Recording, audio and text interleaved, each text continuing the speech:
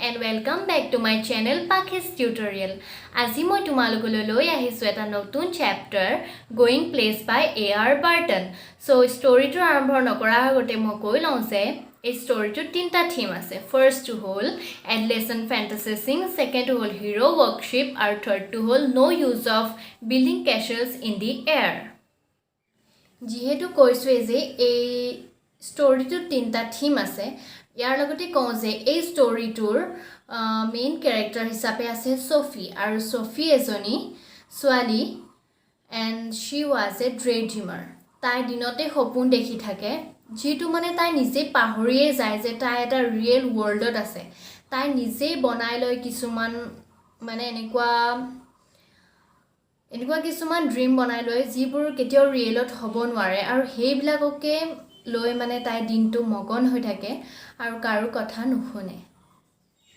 এতিয়া কওঁ যে সোফিৰ বহুত কিবাকিবি হ'বলৈ মন আছিল যেনেকৈ এখন বুটিকিও খোলাৰ মন আছিল এজনী এক্ট্ৰেছ হ'ব মন আছিল আৰু তাৰ লগতে এজনী ফেশ্বন ডিজাইনাৰো হ'বলৈ মন আছিল কিন্তু তাই এইখিনি কৰিবলৈ পৰা নাছিল আৰু যেতিয়া সোফি আৰু জেনসি আছিল কোন জানানে জেনসি আছিল সোফিৰ best friend as a classmate and best friend so যেতিয়া জেনসি আৰু সোফি স্কুলৰ পৰা গৈ আছিল আৰু ৰাস্তাত কথা পাতি গৈ আছিল তেতিয়া সোফিয়ে জেনসিক কৈছিল যে মোৰ এখন বুটিকিও খোলাৰ মন আছে আৰু তেতিয়া জেনসিয়ে সোফিক কৈছিল যে বুটিকিও খোলাটো ইমান সহজ কথা নহয় যেহেতু আমি এটা মিডল ক্লাছ ফ্যামিলিৰ পৰা বিলং কৰো তোমাৰ দেউতায়ো হয়তো তোমাক এলাউ নকৰিব এখিনি কৰা কাৰণ স্কুল শেষ হোৱাৰ পাছতে বিস্কুট ফ্যাক্টৰীত কাম কৰাটো আমাৰ বাবে আছিল ফিক্স আৰু তাৰ বাহিৰে আমি বেলেগ কথা ভাবিবও নোৱাৰো হেখিনি কথা জেনসিয়ে সোফিক কৈছিল কিন্তু সোফিয়ে হেখিনি কথা মাইন্ড কৰা নাছিল কাৰণ তাই নিজৰ ৱৰ্ল্ডতে তাই থাকে আৰু এইবোৰ কথাত মানে তাই ইমান গুৰুত্ব নিদিয়ে তাৰ পাছতে যেতিয়া সোফিয়ে ঘৰ পালেগৈ আৰু তাই এল্ডাৰ ব্ৰাদাৰ তাই ডাঙৰ দাদাকৰ ওচৰত গৈছিল যাৰ নাম আছিল জিঅফ তাই দাদাকক বহুত ভাল পাইছিল আৰু ভাল পোৱাৰ লগতে তাই বহুত জ্বলনো ফিল কৰিছিল তাৰ ওপৰত কাৰণ যেহেতু জিঅফে বহুত জাগা ট্ৰেভেল কৰি ফুৰে আৰু বহুত মানুহক চিনিও পায় কিন্তু সোফিৰ আগত কোনোদিনেই এইবোৰ কথা কোৱা নাছিল যাৰ বাবে তাই ভাবে যে হি এটা ইমান ধুনীয়া লাইফ জি আছে আৰু আমুক অলপো এইবিলাক কথা নকয় যাৰ বাবে তাই জ্বলন ফিল হয় আৰু লগতে তাই মানে এইটোও ভাবে যে মোৰ কিয় এনেকুৱা নহয় মোৰচোন ঘৰতে থাকিব লাগে মই স্কুল যাব লাগে আৰু স্কুল শেষ হোৱাৰ পাছত মই বিস্কিট ফ্যাক্টৰীত কাম কৰিব লাগিব এইখিনি কথা হৈ থকাৰ পাছতে সোফিয়ে জিঅফক কয় যে মই ডেনিকেসিক লগ পাইছো তাৰ লগত কথাও পাতিছো হে বুলি কয় কিন্তু ডেনিকেসি আছিল এজন ফেমাস ফুটবলাৰ টিম ইউনাইটেডৰ আৰু এইখিনি কথা কৈ থাকোঁতে তাই এইটো কয় যে ডেনিকেসিয়ে মোক অটোগ্ৰাফ দিলে হয় কিন্তু মোৰ হাততো এটাও পেন নাছিল আৰু ডেনিকেসিৰ হাততো পেন নাথাকাৰ বাবে মই তেওঁৰ পৰা অটোগ্ৰাফ ল'ব নোৱাৰিলো আৰু যেতিয়া সোফিয়ে জিঅফক কৈ আছিল যে মই এইখিনি ডেনিকেসিক লগ পাইছো কথা পাতিছো অটোগ্ৰাফো বিচাৰিছিলো তেতিয়া কিন্তু জিঅফৰ অলপো বিলিভ হোৱা নাছিল কাৰণ তাই এজনী এনেকুৱা ছোৱালী বুলি সকলোৱে জানে যে তাই নিজৰ এটা ড্ৰিমত থাকে আৰু তাই এইবোৰ কথা মানে সঁচা নকয় এইখিনি কথা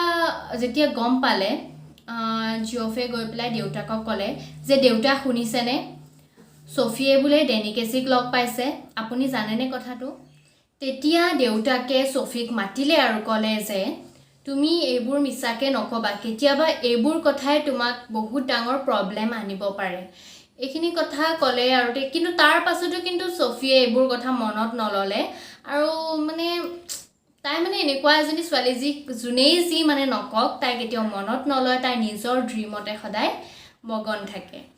তাৰ পাছতে এদিনাখন শনিবাৰ আছিল শনিবাৰে গুটি ফ্যামিলি আৰু তাইও লগত গৈছিল ফুটবল মেচ চাবলৈ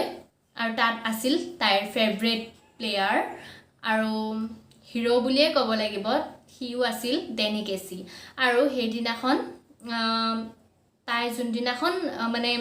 ফুটবল মেটচ চাব গৈছিল আৰু ডেনি কেচি জিকিছিল যাৰ বাবে তাই বহুত হেপী হৈছিল তাৰ পাছতে জেনচি ছফিৰ ওচৰত আহিলে আৰু সুধিলে যে এই কি শুনিছোঁ মই কোন হয় সেইজন ডেনি কেচি তেতিয়া মানে ছফিয়ে মনতে ভাবিলে আৰে তাই কেনেকৈ গম পালে মইতো তাইক কোৱা নাছিলোঁ আৰু মনে মনে ভাবিছে যে তেৰি তাই কিয় গম পাব লাগে আৰু তাই সুধিলে লগতে যে তুমি কেনেকৈ গম পালা ডেনি কেচিৰ কথা তেতিয়া জেনচিয়ে কৈছিল যে মোৰ দাদাই কৈছে আৰু মোৰ দাদাক তোমাৰ দাদা জিঅফে কৈছে তেতিয়া মনে মনে মানে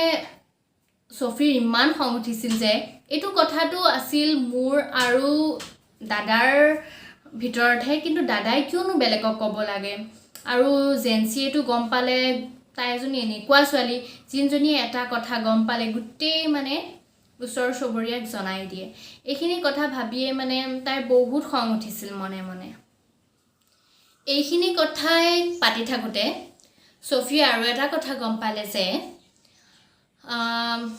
জেনচিয়ে এইটো কথা গম পোৱা নাই যে আকৌ তাই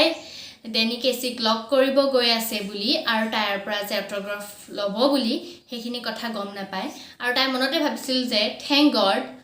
জিঅফে বাকীখিনি কথা ক'লে বাৰু ঠিকেই আছে কিন্তু এইটো যে নক'লে যে মই আকৌ লগ কৰিব গৈ আছোঁ আকৌ অট'গ্ৰাফ ল'ব গৈ আছোঁ সেইটো যে নক'লে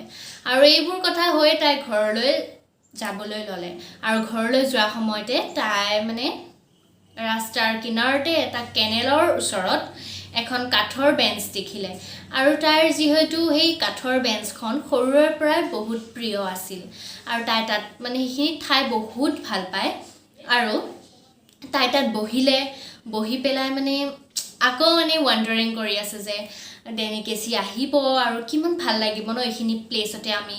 দুইটাই কথা পাতিম বহিম বহুত ভাল লাগিছে কিন্তু ভাবি থাকিলে এইটো নহ'ব কিন্তু এইটো কথা সি নাহেই কেতিয়াও আৰু এইখিনি কথাই ভাবি আছিল যে মই অট'গ্ৰাফ ল'ম বুলি কৈছিলোঁ কিন্তু মই দাদাহঁতক কেনেকৈ দেখাম আৰু এইবোৰ কথাই মনতে ভাবি তাই ঘৰলৈ গুচি যায় এইটোৱে আছিল গোয়িং প্লেচৰ ষ্টৰি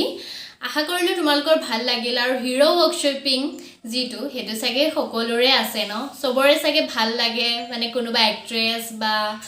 এক্টৰ এনেকুৱা ভাল লাগে মানে ক্ৰাছ টাইপৰ তাইৰো মানে ডেনি কেচি ক্ৰাছৰ নিচিনাই আছিলে আৰু মানে কি তাই যিটো কৈছিলোঁ যে বিল্ডিং ক্ৰেচেছ ইন দি এয়াৰ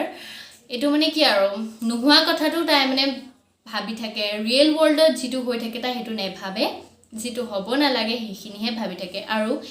এডলেচেণ্ট ফেণ্টাচিজ এইবোৰে আছিল আৰু মানে ষ্টৰিটোৰ থিম আৰু এইখিনি কৈ মোৰ চেপ্টাৰটো ক্ল'জ কৰিম আৰু তাৰ লগতে কওঁ যে যদি ভিডিঅ'টো বহুত ভাল পোৱা তেন্তে লাইক কমেণ্ট শ্বেয়াৰ ছাবস্ক্ৰাইব বহুতকৈ কৰি দিবা আৰু ফ্ৰেণ্ডছৰ লগতো শ্বেয়াৰ কৰিবা আৰু মই কুৱেশ্যন এনচাৰখিনি অতি সোনকালে মই তোমালোকক দি দিম বাই